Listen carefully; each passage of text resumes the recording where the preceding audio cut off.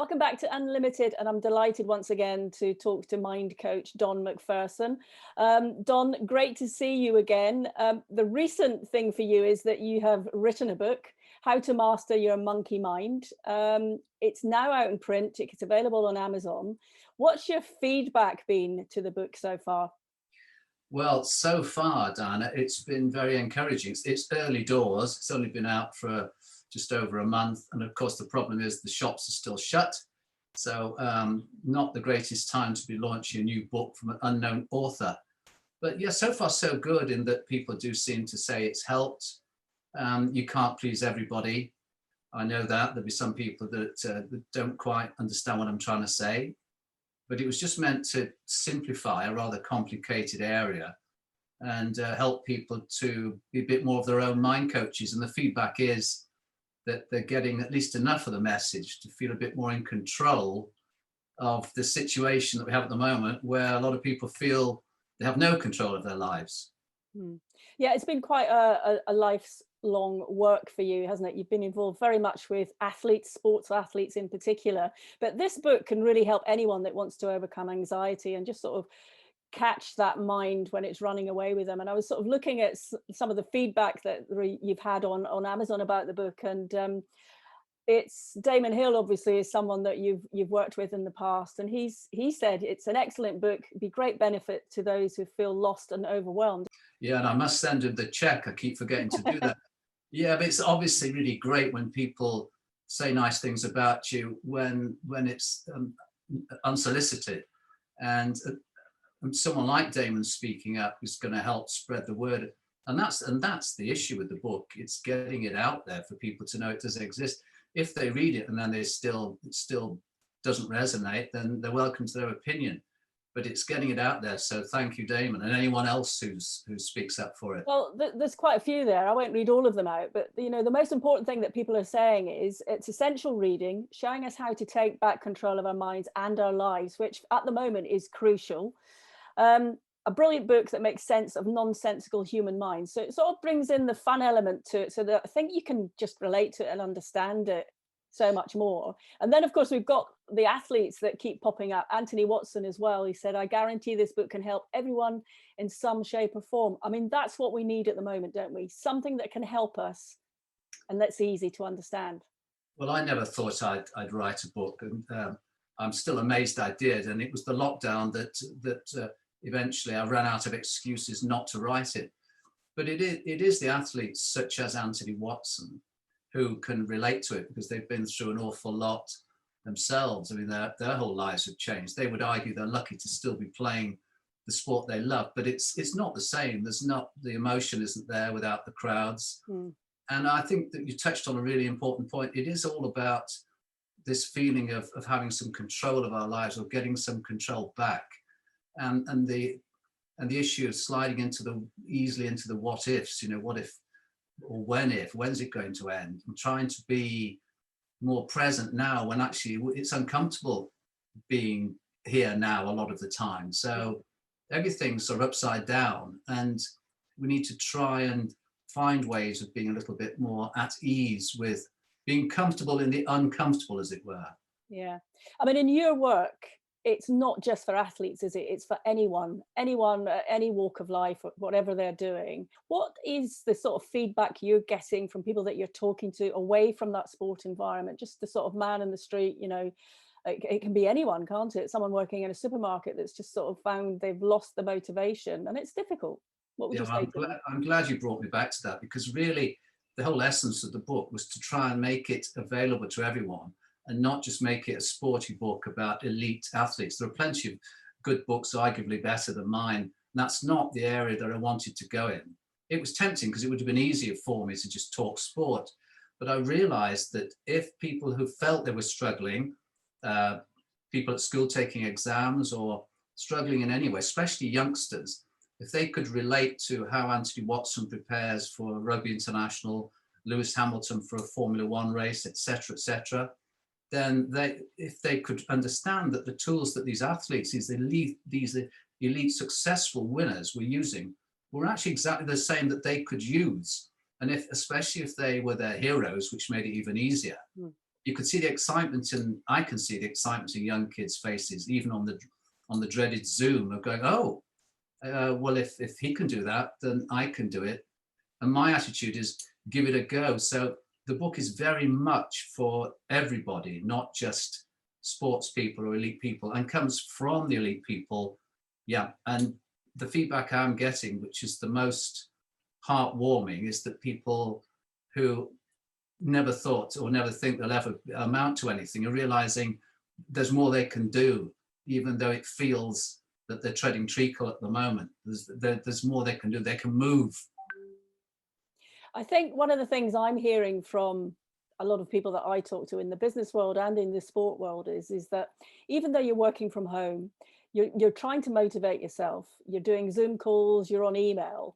But by something like 4 or 5 o'clock in the afternoon, you actually feel physically exhausted. Is that sort of part and parcel of this sort of feeling like you're hemmed in? Does that physically make you feel Yeah, exhausted? I think that's a good point. I mean, in terms of the neuroscience of this, just very briefly, I think a lot of people's brains, especially those brains that aren't being as used as much as they were, or are going at a slower speed, are literally like a computer that may be running too many programs, or a computer that's just running slow, or on an internet that so many people are using, it's running slow. And I think our brains have gone almost into a sort of standby mode.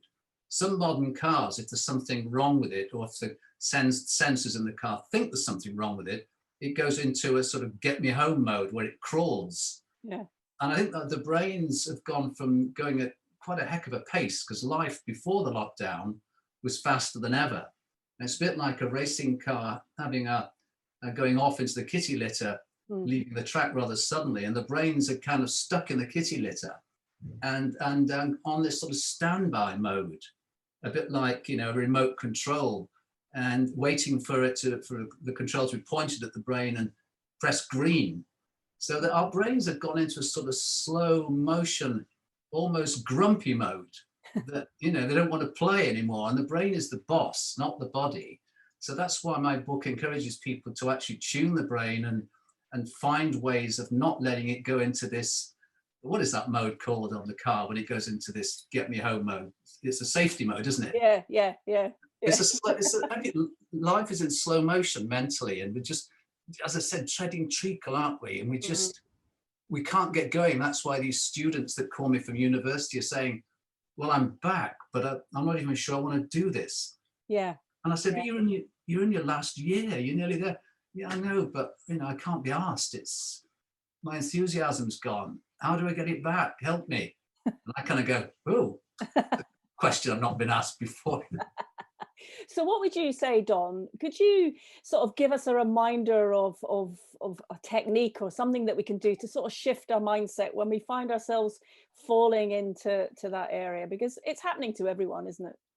It is happening to everybody. I mean, there's some people whose brains are working even faster than before, but the vast majority of us are in this slow motion mode where mentally we've become very, very sluggish, and we feel like we can't get out of first gear, mentally speaking. Some people would say physically too, but we're talking mentally now.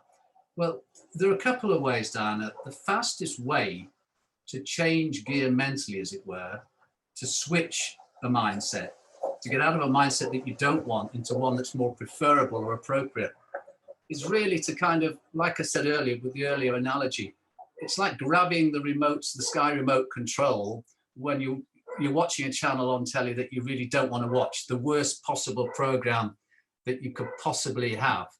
And you want to do something really fast, which is grab the Sky, change the channel immediately. The fastest way of changing a mindset is still to connect with your breath. It sounds rather corny, rather predictable, but it is true, because the very second that you're consciously aware of your breathing, even if you're not breathing too well, if you're a bit stressed, it anchors you, it brings you into the now immediately.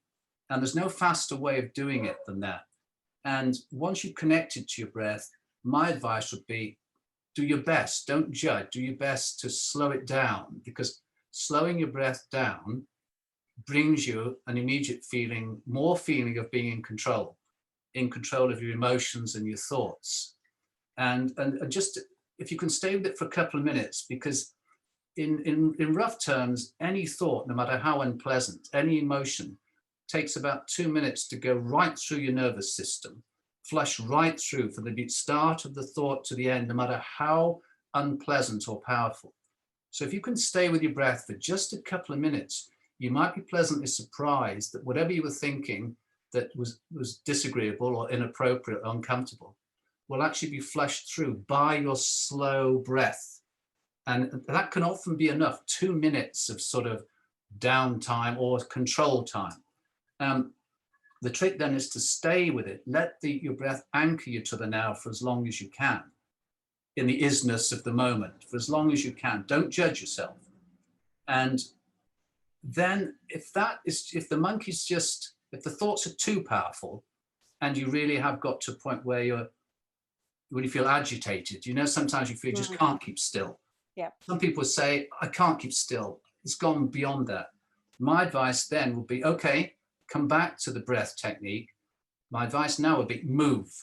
Even if it's get out of your chair, walk around the room, if that's all you can do. Even if it's uncomfortable to do so, do it. Because when you do something, when you least feel like doing it, that's when you get the most reward from the brain chemicals. The dopamine hit from a reward for doing something, serotonin because it made you happy. And you get a little bit of the endorphins, of course. So that's when you become your own brain tuner. So if you're too agitated, too anxious to do the breath technique, move. And then if you are mobile enough, go for a walk and then connect with all of your senses to the walk. I mean, really make an effort, the best effort you can do to be part of that walk. What can you hear? What can you see? What can you smell? What can you touch? Use all of your senses to actually be part of the walk and not let the thoughts, the monkey chatter, take you away from it. Yeah. So those are the two, in my experience, those are the two fastest ways of changing gear mentally. Well, really important stuff there, Don. And of course, anyone watching this, they want to get a bit more in depth, obviously get the book, How to Master Your Monkey Mind. That's available to anyone on Amazon, and it goes into a lot more depth as to what you need to do. It's fascinating reading. I asked you last time, and I'm going to ask you this question again. You've had time to reflect. What are you most proud of now with this book? Okay, it's a fair question. I dodged it last time, did I? Yes. I think I'm most proud of the fact that it does seem to be helping people. And you're right, it has become, maybe it always was, but it has become my life's passion to help people. It does give me an awful lot of joy to be able to do in my own small way, to be able to stop anxiety from tipping over into depression. And you asked earlier about the feedback, and the feedback that is warm in the cockles of my heart is people saying, I now realize there's more I can do. I can live with the anxiety for a while and I can deal with it. I can manage it. It's more manageable so that it's not like a bushfire that turns into a raging inferno. And this is really true. If you can catch anxiety, cut it off at the pass quickly enough, then it's the major way of preventing it from tipping into depression. And depression is a horrible thing, even feeling flat, as a lot of us are now. So I guess I do feel proud of the fact that maybe I've at least achieved that objective, that it is helping people deal with anxious times in fun ways, I hope. Don, as always, great to talk to you. Thank you very much for your time today. My pleasure. Thanks for having me.